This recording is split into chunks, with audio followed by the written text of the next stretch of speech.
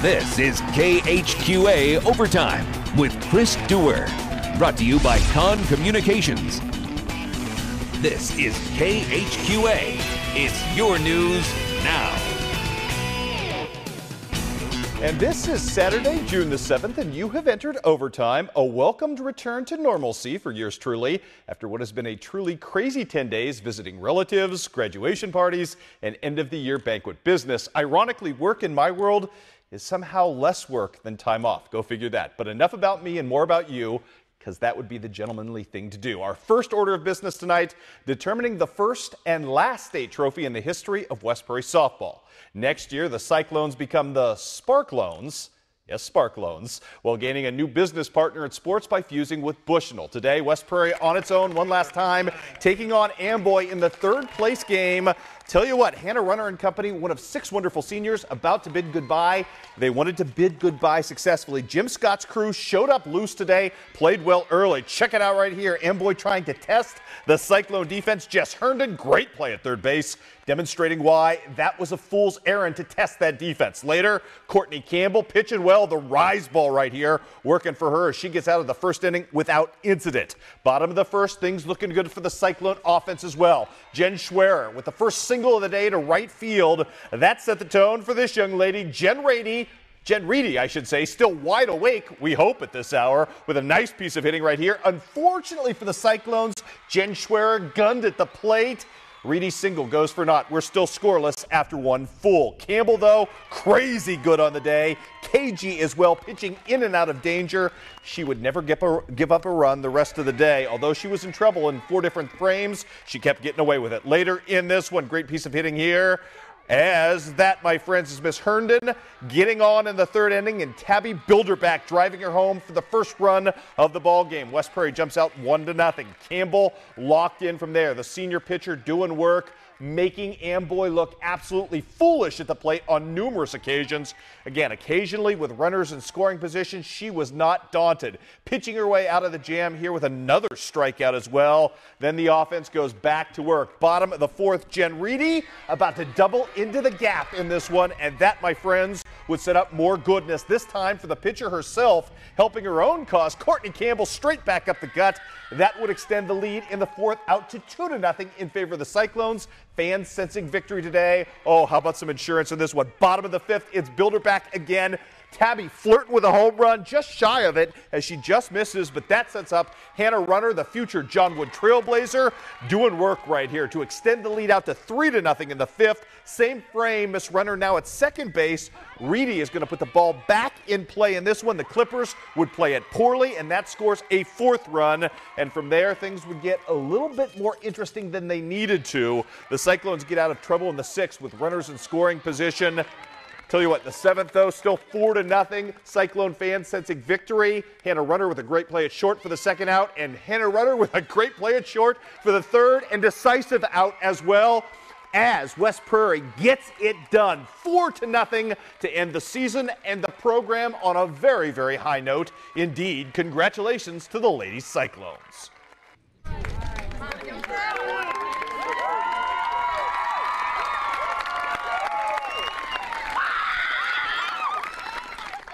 It means a lot. Only 2 teams could come out with a win today, and I'm so glad that we were one of those teams. We were the last team to be a Cyclone on the softball field, and we really went out with a bang. It's better than nothing. Just coming here is actually an accomplishment for us. We're making history. 3rd place, I'm satisfied. I would have liked to have gotten first. I think we could have, actually, but we just were off on our game. To close it in a game like that, they had runners on, our defense stepped up. It just shows how these girls have progressed, you know, as a defensive standpoint, how they've supported our pitcher, Courtney Campbell. And then there were times where she got to strike out in key situations, and she proved how she's so strong and how she's matured as a pitcher over the 4 years. I mean, I think it's just, you know, it just comes around. The kids have done, they did today what they were capable of doing at the beginning of the year. And we struggled a little bit early, but we found our way halfway through, and we've been playing good ball since. I don't know what it was. Something just clicked, and we just started playing really well together. And we were one big united group, and we just played great ball, especially in the postseason. That brought us all the way here. Coach told us pretty much just do what we do at practice and do what we've been doing all season. We've been hitting, and that's just what we needed to do. Well, we're losing a tremendous group of seniors that could play for any ball club in our area or in the state. And these seniors are going on, some are pursuing some softball, and most are just going academically and going to schools for the academic reasons. But these seniors, as far as, I don't know what the analogy would be, but, they're like daughters to you, grown-up daughters to you. And that's, they're just, their maturity and how they've grown, they're just wonderful kids. And our whole team is wonderful kids. What a fun story. What a great run down the stretch. And somebody do me a favor, make sure Jen Reedy is still awake at this hour to watch these highlights. If not, she is in trouble with me starting tomorrow. By the way, if you have interest, we want to tell you that Altamont, the team that eliminated Camp Point Central, big time, 16-0 earlier in the super sectional, and the Altamont team that yesterday beat West Prairie ends up going on to win a state championship today. Dramatic fashion in the 6th inning. Lauren White, who hit a home run against West Prairie yesterday, hits a 2-run jack in this ball game to beat Trico. Final count in this one was 2-1. Meanwhile, rolling on now, it's one of the great nights of the summer sports calendar, the annual basketball bragging rights tussle between Missouri and Illinois that is the McDonald's Quincy Harold-Wade Classic. And traditionally, it's a game that has been dominated on the boys' side by the All-Stars from the land of Lincoln. With 28 wins in 30 games, would this year's Missouri team be the crew that gets it done, trying to become number 3 and the first since 2009? Michael Blewett had other ideas. The outstanding Liberty point guard putting up the Illinois side with a great three-point play for the first scoring of the game. But here comes Missouri. They wanted this bad. Brock Butler foremost among them as he was knocking down triples to start things off and to give his team a nice margin early on. Wade Smith, though, coming off the bench, doing some work in this ball game. He was fantastic.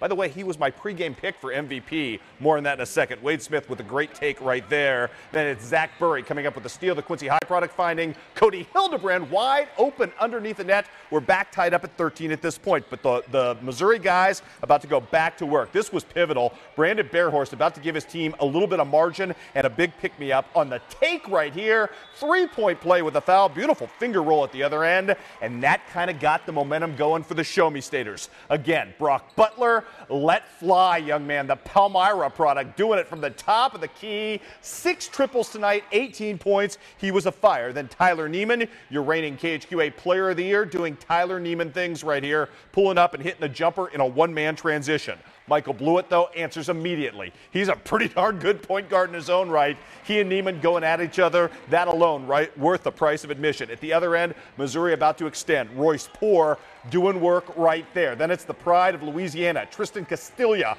on the down low, putting one back up off the offensive board right here. The lead re-extends. Eric Hugenberg out of Hannibal about to do his thing as well, and that's three-point shooting. Does it as well as anybody. Bigger lead starts extended right there. It's 8 in favor of Missouri at that point. Cole Phillips, though, with an answer at the other end.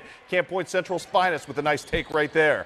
How about Lucas Daniel from North Shelby? Boy, what a nice first half he had on the falling down pass right there, knocking that down. Beautiful stuff. Still, Payson Seymour's Lance Bulick, who had 19 points in the night, keeps his team alive and kicking. More from Wade Smith, 25 points in the night. Most outstanding player, also had 10 rebounds. Beautiful triple right here to keep his team back close. Down the stretch in the first half, though, Missouri doing it. Lucas Daniel again.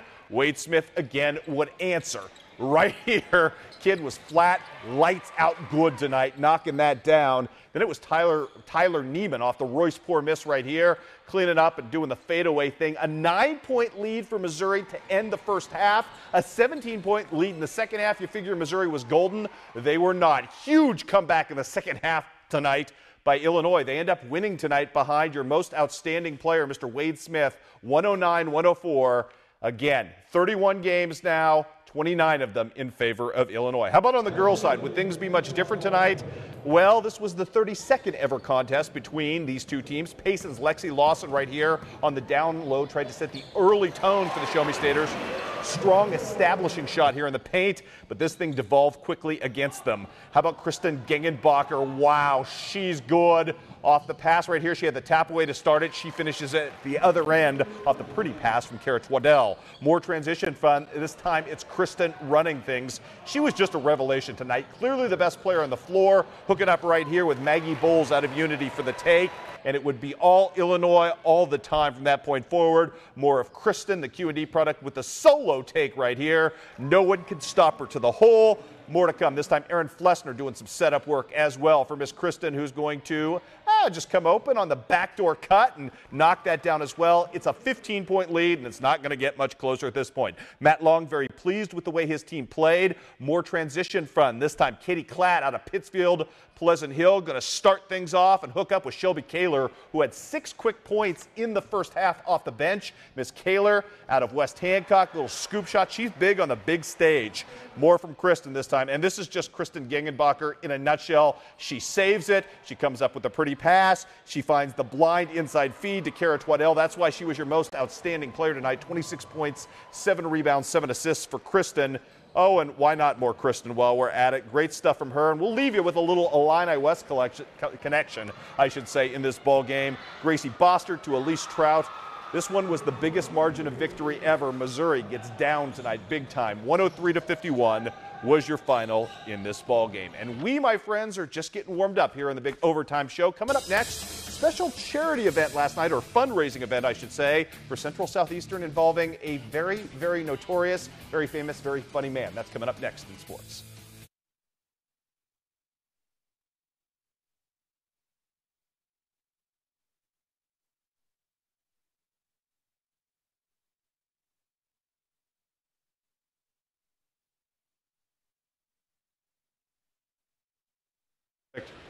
That's it. Sorry about that, man. I don't know what I did. When you told me you didn't have it, I think I sent it as the wrong number. That was on me, I think. Well, that's the power, that big pitch here. Here it comes. Swing and a miss.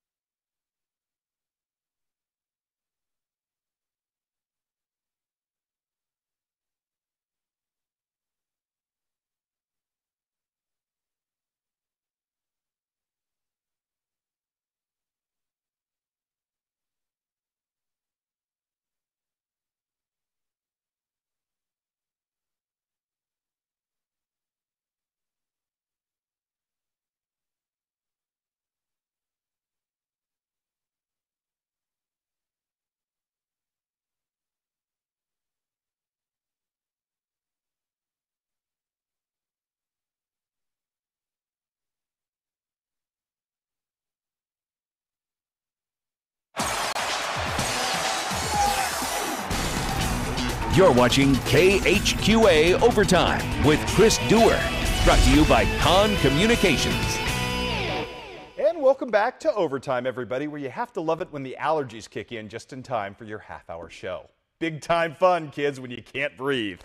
But I digress. In an effort to build a much-needed practice facility that would serve youth leaguers on up to high school kids, the Central Southeastern Wrestling Task Force held a benefit dinner at Quincy's Turner Hall last night and did so armed with a surprisingly powerful drawing card. In fact, given the crowd and the particular cause, it's hard to imagine the event could have scored a more appropriate headliner than Greg Warren, a man in every way uniquely suited to the task at hand.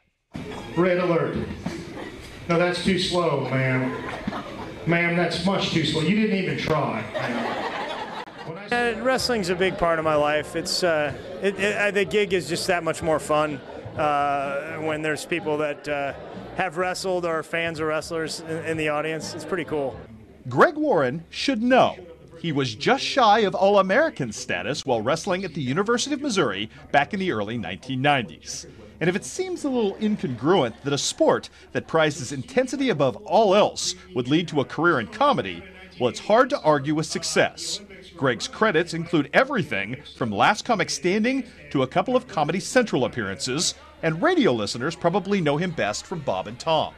I just spent 2 days with my parents and listening to some of my father's horribly lame jokes, so I can assure you it's not genetic, or I don't know, maybe the willingness to embarrass myself is genetic, but I hope it's not genetic. I actually, one of the guys on the wrestling team in Missouri, when I was there, worked at a comedy club, and he sort of convinced me to enter some contest. And I was looking over at my buddy, I'm like, what am I supposed to do? I don't want to hurt this old guy. And then they blew the whistle, and Steve jumped about 1.5 feet in the air. He grabbed my chin and my head at the same time. He threw me on the mat and proceeded to beat me, like beat me. When I say, I don't mean he scored more points than me. He did a lot of that. He physically beat me. He beat me. It was like he beat me over the head with me. And some of my earlier performances, especially some of the earlier television performances, there was probably too much intensity that you might see in a wrestling match, and I realized I needed to loosen up a little bit more. So, but yeah, I think there's some parallels. It's a very individual thing. It's a lot of fun. I don't get winded like I do in wrestling, so I really am glad about that. But seriously, folks, the St. Louis native proved incredibly gracious to Central Southeastern by waiving much of his usual appearance fee for Friday night's fundraiser and donating his merchandise profits to the cause of building a new school wrestling room. More than anything, Greg seemed to be a guy jazzed to be bridging two great loves in a community he found very receptive. Oh, they were great. Yeah, really a lot of fun. Yeah, really neat little venue, and it's my first time performing in Quincy, so it was really cool. I'm from the Midwest. I'm from St. Louis, and I can usually walk into a room and tell I'm going to really enjoy these people. So it was fun.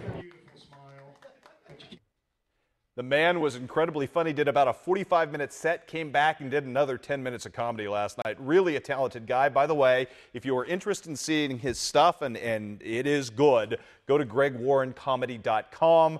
Great stuff. He's got all of his stuff there. And we really appreciate the job he did for Central Southeastern's Wrestling Task Force last night. Really good cause, really great turnout, really entertaining night. And I was pleased and privileged to be a part of that as well. Let's talk a little Prospect League baseball tonight. As you are probably well aware by this point, the rains in Quincy not good enough tonight to allow the Quincy Gems to take on Terre Haute. That game has been rescheduled. That regularly rescheduled game has now been rescheduled to July the 15th. Easy for me to say tonight. Let's move on to the Hannibal Cavemen taking on the Springfield Sliders tonight. Early on, look at the stab out at shortstop right here by Brett Maher, taking away a surefire single right there on the over-the-shoulder catch. Jalen Miller pitching with a lead and pitching well at this point. The strikeout, yeah, I'm not even going to give effort running to first base.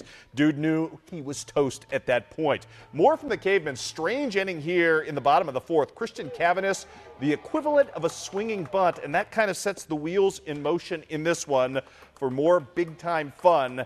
2 walks, a hit by pitch guy later, and all of a sudden the Cavemen are scoring a run without benefit of a hit that rolled any further than about 6 inches.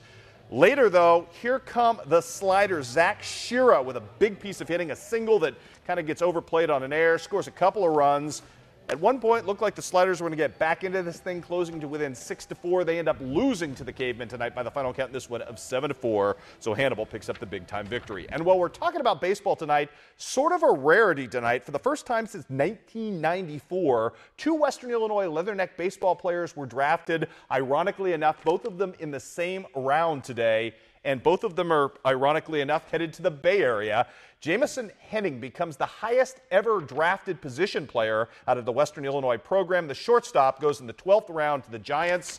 About 12 to 14 picks later, Tyler Willman, the outstanding right-handed pitcher for the Leathernecks, also gets drafted. He's headed to the Oakland A's. Our congratulations to both. We will get you caught up on all the Major League Baseball in the day, take a look in on that Triple Crown bid that failed today for California Chrome, and much, much more, including a Luke Guthrie update when overtime.